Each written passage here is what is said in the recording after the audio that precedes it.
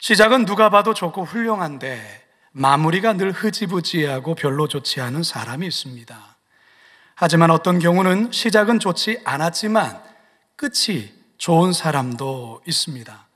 그러면 이것을 사두용미라 할 수 있겠네요. 물론 시작도 끝도 좋지 않은 경우도 있고요, 시작도 좋고 끝도 여전히 좋은 경우도 있습니다.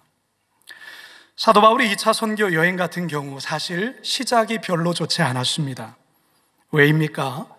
1차 선교 여행의 단짝이며 영혼의 파트너라 할 수 있는 바나바와의 마가 동행의 이 의견 대립으로 결국 갈라선 상황에서 떠난 선교 여행이었기 때문에 그렇습니다. 그렇게 시작된 약 3년간의 2차 선교 여행이 오늘 본문에서 드디어 마무리되고 있습니다. 그런데 바울의 마무리는 용두사미가 아닌 사두용미라 할 수 있습니다. 다시 말해 마무리가 좋았다 그 말입니다. 그렇다면 어떻게 해서 바울의 2차 선교 여행이 이처럼 아름답게 잘 마무리될 수 있었던 걸까?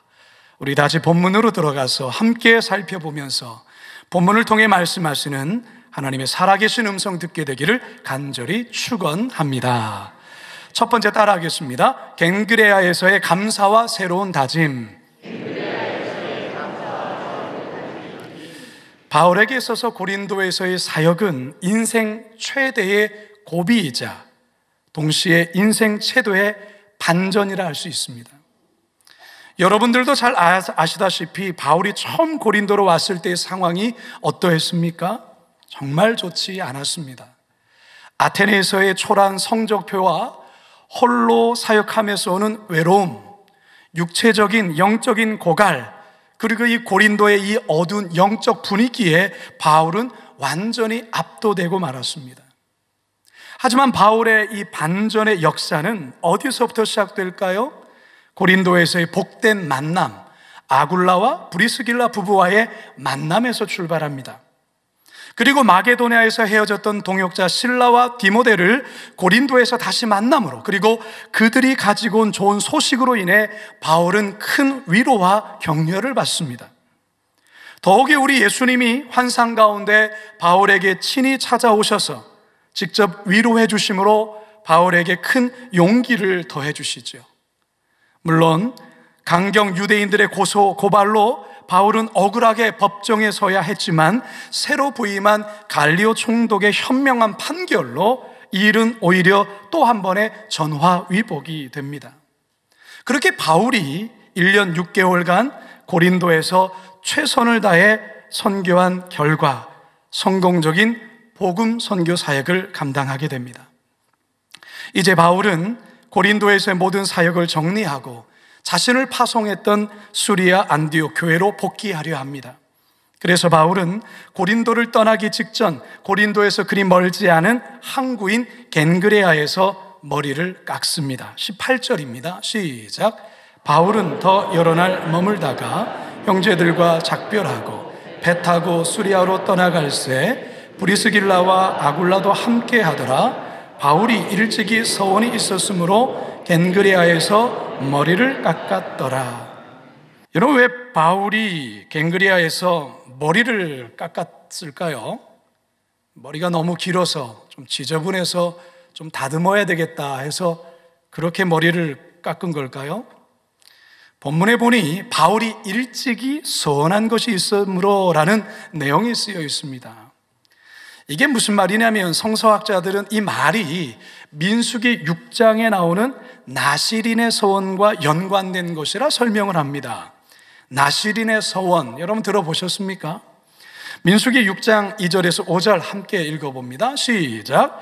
이스라엘 자손에게 전하여 그들에게 이르라. 남자나 여자가 특별한 서원 곧 나실인의 서원을 하고 자기 몸을 구별하여 여호와께 드리려고 하면 포도주와 독주를 멀리하며 포도주로 된 초나 독주로 된 초를 마시지 말며 포도즙도 마시지 말며 말지니 자기 몸을 구별하는 모든 날 동안에는 포도나무 솟아는 씨나 껍질이라도 먹지 말지며 그 서원을 하고 구별하는 모든 날 동안은 삭도를 절대로 그의 머리에 대지 말 것이라. 자기 몸을 구별하여 여호와께 드리는 날이 차기까지 그는 거룩한즉 그의 머리털을 길게 자라게 할 것이며. 구약 시대에 제사장이나 레위인들이 아닌 평범한 일반 백성일지라도 어느 일정 기간을 하나님께 자신의 몸을 구별하여 특별한 삶을 살겠다고 서원해서 드릴 수가 있었습니다. 이 서원을 나실인 서원이라 합니다. 이 서원을 하게 되면 서원 이행 기간 동안은 고기와 포도주를 먹지 말아야 하고 시체를 가까이 해서도 안 됩니다. 그리고 머리를 깎아서도 안 됩니다. 그렇게 서원한 기간이 지나면 그는 예루살렘 성전으로 올라가 예물과 함께 머리를 깎아 그 깎은 머리털을 제단 앞에 드렸습니다. 이게 나실인 서원의 마무리예요. 물론 평생을 나실인으로 사는 이들도 있지만 이렇게 일정 기간 동안을 하나님 앞에 드리겠다라고 결심하고 서원해서 그렇게 사는 경우들이 있었다라는 것이죠. 사도 바울이 겐그레아에서 머리를 깎은 것은 고린도에서의 사역을 나실인의 서원 기간으로 여겼던 것입니다. 그만큼 고린도에서의 사역이 비장했다라고 말할 수 있겠죠. 바울은 머리를 깎으면서 지난 1년 6개월간의 시간들이 주마등처럼 지나갔을 겁니다. 죽을 만큼 힘든 상황에서도 기적처럼 도우시고 역사하신 하나님의 은혜에 깊은 감동이 몰려왔을 것입니다. 그러면서 이제 남은 2차 선교 여행을 최선을 다해 잘 마무리하리라, 그렇게 굳은 결심을 했던 것이죠. 이 같은 깊은 감사와 그 마음이, 굳은 결심이 초심을 잃지 않고 선교 여정을 끝까지 아름답게 마무리할 수 있었던 비결이었다, 그 말인 것입니다. 여러분, 우리 인생의 여정에서도 이 바울처럼 이 겐그레아에서의 이와 같은 시간이 꼭 있어야 합니다. 겐그레아에서의 시간이라는 게 뭘까요? 지난날에 대한 반성, 또 깊은 감사, 그리고 앞날에 대한 새로운 다짐, 이 다짐의 시간을 갖는 게 바로 바울에게 있어서는 겐그레아에서의 머리를 깎는 그 시간이었다라는 것이죠. 우리 인생의 긴 여정을 끝까지 아름답게 잘 마무리하려면 우리 인생의 여정 속에 이 겐그레아에서의 반드시 머리를 자르며 나의 지난 시간을 돌아보고 앞날에 대한 새로운 다짐이 있어야 된다라는 것이죠. 바울처럼 각자만의 겐그레아에서 깊은 반성과 깊은 감사, 그리고 새로운 결단과 다짐으로 남은 한 해 힘차게 달려가시기를 주님의 이름으로 축원합니다.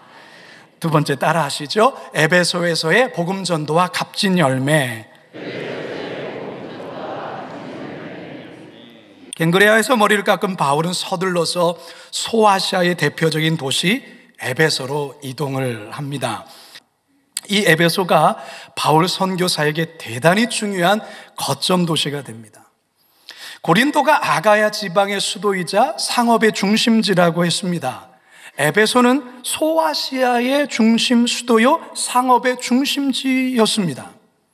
에베소 역시 좋은 항구를 갖추고 있었고 동서를 잇는 주요 간선도로가 있어서 무역이 대단히 활발하게 이루어졌어요. 그래서 에베소는 소아시아에서도 부유한 도시였습니다. 동시에 고린도가 그랬던 것처럼 고린도가 각종 우상숭배의 중심지였지 않습니까? 이 에베소 역시 소아시아의 우상숭배의 중심지였습니다. 이곳에는 지금도 이제 가보면 야외, 그 당시에 썼던 야외 음악당, 냉탕, 온탕, 사우나까지 갖춘 공중 목욕탕이 있었고요. 세계 3대 도서관 중 하나인 세르시우스 도서관이 있습니다. 이 건물은 에베소의 상징이라 할 만큼 아주 우아하고 아름다운 건축물입니다. 이처럼 에베소는 로마, 알렉산드리아, 안디옥과 더불어 로마 제국의 4대 도시 중 하나로 손꼽힌 도시였습니다. 도시 인구가 약 30만 명에 육박할 정도였고 유대인들이 꽤 많이 살았던 곳, 바로 이곳이 에베소입니다. 여러분, 어떤 면에서 이 에베소는 고린도와 대단히 많이 비슷합니다. 환경 자체가 말이죠. 그런데 여러분, 고린도와 크게 다른 게 있습니다. 그것은 에베소에서의 복음 사역이 고린도와는 달리 시작부터 좋았다라는 거예요. 바울은 에베소에 도착하자마자 늘 하던 대로 먼저 회당에 찾아가서 유대인들과 율법으로 토론하며 복음을 전합니다. 그런데 생각보다 반응이 좋은 거예요. 19절에서 20절 상반절입니다. 시작. 에베소에 와서 그들을 거기 머물게 하고 자기는 회당에 들어가서 유대인들과 변론하니 여러 사람이 더 오래 있기를 청하되. 여러분, 우리가 복음을 전하다 보면 어떤 경우는 정말 힘쓰고 애쓰는데도 전도가 정말 안 되는 어려운 곳이 있어요. 하지만 어떤 경우는요, 복음을 전하는 족족 영혼의 고기가 그냥 잡히는 경우도 있어요. 바울이 고린도에서 얼마나 고생을 하며 힘들게 사역했습니까? 아테네 사역은 어땠습니까? 쉽지 않았죠. 그런데 이 에베소는 다른 거예요. 너무나도 수월하게 복음 전도가 되었던 것이죠. 여러분, 하나님의 구원 역사는요, 때론 알다가도 모를 때가 있습니다. 정말 저 사람은 복음을 쉽게 잘 받아들일 거라 생각을 했는데 막상 복음을 전하면 요리조리 피하고 복음을 거절하는 사람이 있는가 하면 저 사람 복음을 거절할 거라 생각하는데 오히려 쉽게 마음을 열고 복음을 받아들여서 복음을 전하는 당사자가 깜짝 놀라는 경우도 있어요. 지난번 태국 아울리치를 통해서도 경험했지만 복음의 마음을 굳게 닫고 완강했던 저들의 마음을 하나님께서 우리 선교팀의 위문 방문을 통해서 마음을 열게 하셨어요. 복음을 받아들이게 하셨다는 것이죠. 참 놀라운 일이 아닐 수 없습니다. 고린도와 달리 에베소에서의 이 같은 모습도 같은 맥락이라 여겨집니다. 보십시오. 복음을 들은 유대인들과 헬라인들이 바울에게 에베소에 계속 머물며 말씀을, 복음을 전해달라고 요청하고 있어요. 이게 기적이 아니면 무엇이겠습니까? 바울이 지금까지 여러 곳에서 복음을 전하고 회당에서 복음을 전했지만 대부분 유대인들은 거칠게 저항하고 바울을 박해했던 것이죠. 그런데 이 에베소에 있는, 이 회당에 있는 자들은 우리에게 계속해서 이 말씀을 전해주면 안 되겠냐고 그렇게 말하고 있다는 것이죠. 물론 바울은 다음 일정 때문에 이 요청을 거절합니다. 그러면서 한 가지를 약속하죠. 20절 하반절과 21절입니다. 시작. 허락하지 아니하고 작별하여 이르되 만일 하나님의 뜻이면 너희에게 돌아오리라 하고 배를 타고 에베소를 떠나. 바울은 에베소를 비록 떠났지만 그의 신실한 동역자 이 브루스길라와 아굴라 부부를 평신도 사역자로 이 에베소에 머물게 합니다. 19절 상반절도 읽어보죠. 시작. 그들을 거기 머물게 하고. 성도 여러분, 때론 사역하다가 지치는 이유가 뭘까요? 노력하고 애쓴 만큼 열매가 보이지 않을 때 그렇습니다. 정말 수고했는데, 정말 충성했는데, 모든 것을 다 바쳤는데 내가 기대하고 생각했던 그 열매가 잘 보이지 않을 때 마음에 낙심이 찾아오죠. 나는 해도 안 되는가 보다, 나는 이런가 보다. 그래서 포기하고 싶은 것이죠. 여러분, 마라톤을 좋아하시는 분들은요, 이 42.195km 이 마라톤 경기에서 마일 구간이라는 게 있다고 얘기를 합니다. 마일 구간. 죽을 것만큼 힘든 구간이 마일 구간, 죽음의 구간이라는데요, 약 35km에서 37km 지점이 마일 구간이라는 거예요. 이 지점에 도달하면요 정말 죽을 것 같다고 해요. 그러니까 그냥 포기하고 싶은 마음이 이렇게 턱 밑까지 올라온다고 합니다. 그래서 많은 이들이 이곳에 오면 포기한다고 해요. 더 이상 뛰지 않는다고 합니다. 그런데요, 마라톤 하는 사람들의 말은 뭐냐면 이 구간이 죽을 것처럼 힘든데 이 구간만 넘으면 너무나도 신기하게 그냥 구름 위를 나는 듯한 그런 기분으로 목표 꼬린 지점까지 그냥 간대요. 그러니까 이 마일 구간이 그야말로 죽음의 구간이에요. 이것만 넘으면 나머지는 수월하게 간다는 것이죠. 여러분, 우리의 삶 속에 마일 구간이 있어요. 우리의 인생 가운데 죽음의 구간이 있는 거예요. 죽을 것만큼 힘든 구간, 다 내려놓고 싶고 포기하고 싶은 그 구간 말이죠. 그런데 그 구간을 조금만 더 참고 인내하면 괜찮아진다는 거예요. 열매가 맺힌다는 것이죠. 갈라디아서 6장 9절입니다. 시작. 우리가 선을 행하되 낙심하지 말지니 포기하지 아니하면 때가 이름에 거두리라. 여러분, 따라서 열매가 눈에 보이지 않는다고 그냥 포기해서는 안 돼요. 조금만 인내하시기 바랍니다. 여러분들에게도 반드시 에베소에서와 같은 값진 열매를 맺는 날이 온다라는 사실입니다. 성도 여러분, 바울이 2차 선교 여행, 이 사역을 아름답게 마무리할 수 있었던 비결이 무엇일까요? 그에게 수많은 마의 구간이 있지 않았습니까? 죽음의 구간이 있지 않았겠습니까? 그러나 거기서 인내했던 것이죠. 다시 일어섰던 것이죠. 그 결과 에베소에서의 값진 열매가 그의 사역 말미에이처럼 맺히게 된 겁니다. 바라기는요, 끝까지 포기하지 마시고 인내하심으로 이 마의 구간을 넘으셔서 에베소에서의 값진 열매 여러분 삶에도 꼭 맺히기를 주님의 이름으로 축원합니다. 마지막 세 번째 따라 하시겠습니다. 안디옥으로의 복귀와 또 다른 시작. 바울이 2차 선교 여행은요, 사도행전 15장 40절에서 시작을 했어요. 그리고 오늘 우리가 읽은 18장 23절에서 마무리를 합니다. 예루살렘 교회에 가서 이 바울이 사도들을 만나고 교회 지도자들을 만나서 2차 선교 여행에 대한 보고를 전하고 그들과 잠시 교제를 나눈 후에 바울의 영적인 고향이라 할 수 있는 자신의 목회지인 수리아 안디옥 교회로 돌아옵니다. 22절입니다. 시작. 가이사랴에 상륙하여 올라가 교회의 안부를 물은 후에 안디옥으로 내려가서 바울은 이렇게 3년간의 긴 여행을 마칩니다. 숨가쁘게 달려온 2차 선교 여행이 이처럼 멋지게 마무리가 된 것이죠. 자, 그렇다면 여러분, 3년 동안 참으로 쉼없이 달려왔고 죽을 뻔도 여러 번 했고 너무나도 고생했기에 이제 좀 충분히 좀 쉬고 좀 느긋하게 다음 사역을 준비하면 좋지 않습니까? 근데 바울은 그렇지 않아요.